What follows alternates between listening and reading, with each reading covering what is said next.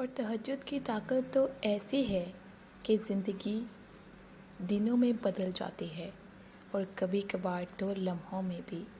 اگر تہجد میں کوئی خاص بات نہ ہوتی تو اللہ کیوں تہجد پڑھنے والوں کے لیے پہلے آسمان پہ آتا، صرف یہ پوچھنے کے لیے نہیں کہ انہیں کیا چاہیے۔ اللہ تو ان کی دعائیں 7 آسمانوں کے پار سے بھی سن سکتا ہے، لیکن پھر بھی اللہ ان سے ملاقات کے لیے تشریف لاتا ہے۔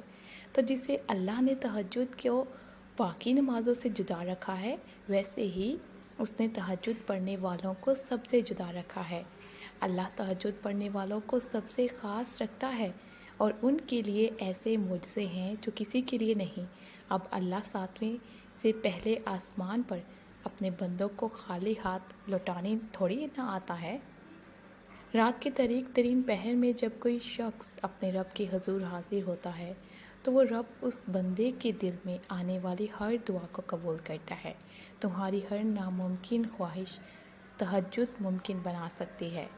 ہر تکلیف سے تہجد تمہیں شفا دلا سکتی ہے۔ تم سوچ بھی نہیں سکتے کہ ایک تہجد تمہیں کیا کیا دلوا سکتی ہے۔ تہجد معجزات کا دوسرا نام ہے۔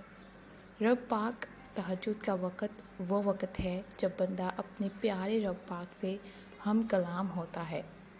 تہجد کے وقت کی جو خاموشی اور سکون ہوتا ہے، یقین جانیے گا یہ دنیا کی کسی دولت اور آسائش سے نہیں مل سکتا۔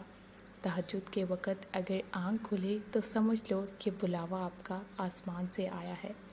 تہجد میں اگر ایک آنسو بہا دیا جائے تو میرا رب اپنے بندے کے اس آنسو کو بہت پسند کرتا ہے۔ تہجد کا نصیب ہونا اللہ تعالیٰ کے انعامات کی ابتدا ہے۔ تہجد کی توفیق صرف مالک کے محبوب بندوں کو نصیب ہوتی ہے۔